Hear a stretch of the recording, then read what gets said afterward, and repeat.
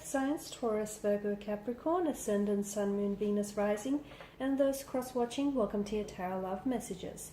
Today we're going to take a look and see whether or not you'll be seeing or hearing from your person again. So for those of you that are going through a no contact, no communication type of situation, I guess this reading is more specifically tailored to you. It still remains a general reading, so please just keep that in mind. If you're after a personal reading with myself, please feel free to reach out and inquire. I will list my email address just below the video here where the show more section is. Otherwise, let's go ahead and begin with the reading.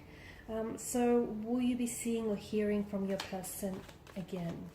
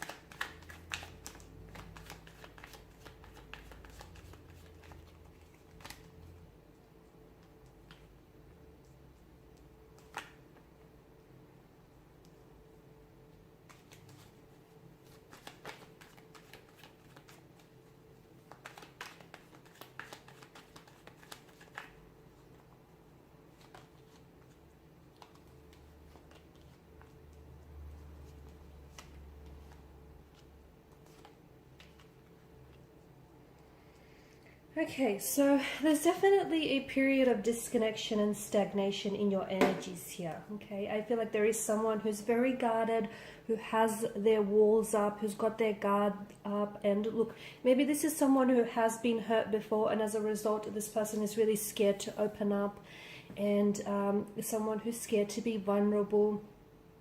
They may also have insecurity issues, so whether it's your person that you're dealing with or whether it's yourself here, there is someone who I feel like is kind of sabotaging the connection in a way, and they may not realize it, but sometimes when they tend to shut down, they withdraw, and that pushes you away. Okay, that pushes the other person away, but they're not entirely aware of this. The Four of Pentacles does tell me that this is someone who I do feel like has either there's a bit of anxious or nervous energy in them. This is someone who may have a bit of an anxious attachment style as well. So if they have disconnected with you, then it makes sense that they're still thinking about you and that they're quite unsettled about how things have unfolded between the two of you. So just because they're not communicating, it doesn't mean that out of sight, out of mind. They are thinking about you. It feels like their energy is still very much attached to you and what it is that you have. Is it entirely healthy? I'm not sure, because I am seeing that there may be some self-defeating negative behavioral, emotional patterns in the connection that may be hindering this connection here. I do feel like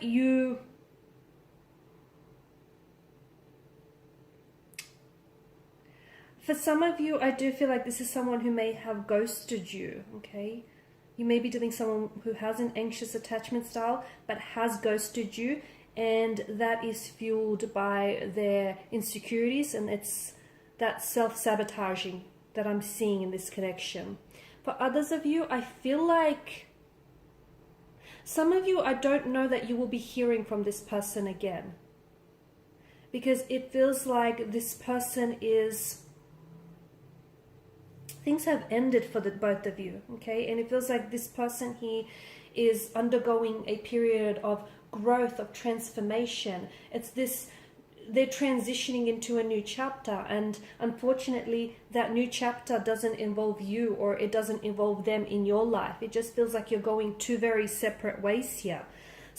Someone here wants to come back to what they once had, but I don't know what they once had was all that healthy, or I don't know that it was worth repairing, so to speak here. That's only for a small handful of you. I feel like there is a lot of fears, insecurities, anxieties, a lot of like self limiting beliefs and kind of negative emotional patterns that your person has that stops them from reaching out to you, or it kind of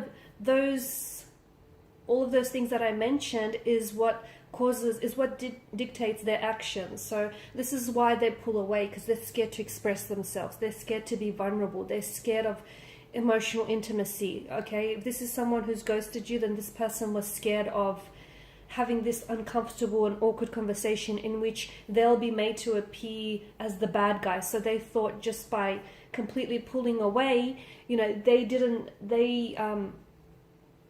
necessarily have to explain themselves, and they avoided having that uncomfortable conversation.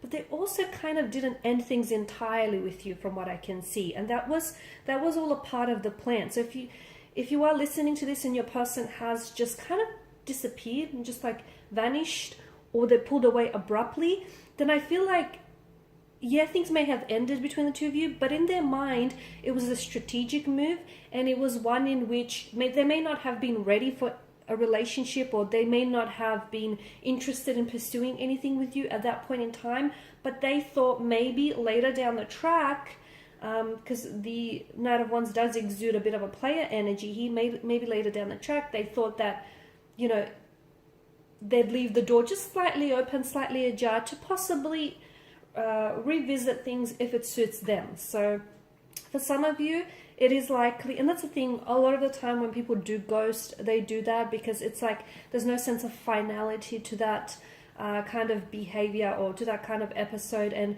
they ghost in a way because it doesn't end things entirely. It kind of still leaves the door open for revisiting things in the future. Okay, so for some of you, I do feel like there is a possibility that this person is going to come back into your life, but are they going to stay? I don't think so. So if they've ghosted you once, it's very likely they'll do it again, and this is a behavioral pattern that we see play out. Now, for others of you watching, I don't think that you're going to be hearing or you're going to be seeing this person, purely because to me it feels like things have ended, okay, especially with the presence of the Death card, and I feel like the two of you have just outgrown each other. That's just what it feels like. And I don't see a reason why you should shrink yourself in order to try and fit into a relationship or a situation in which you're too big for it. You've clearly outgrown it. So that's what I see for some of you. So it's all about, and it's all about being patient with where you're at.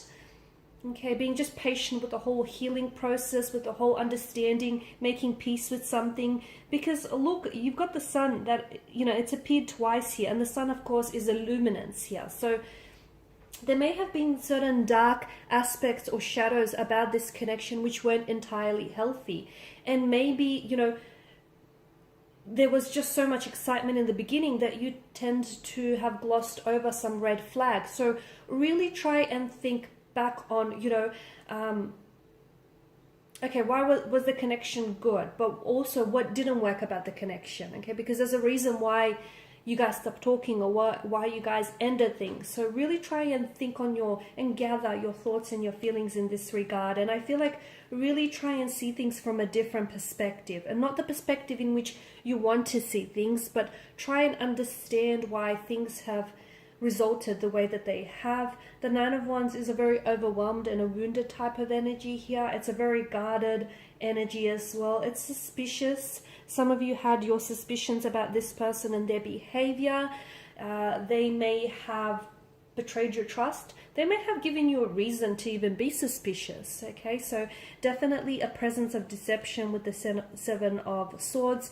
Again, I feel like for a lot of you, you are dealing with Casper the Ghosty, someone who's ghosted, and the reason why is because maybe this person wasn't entirely honest with you about their feelings in the connection.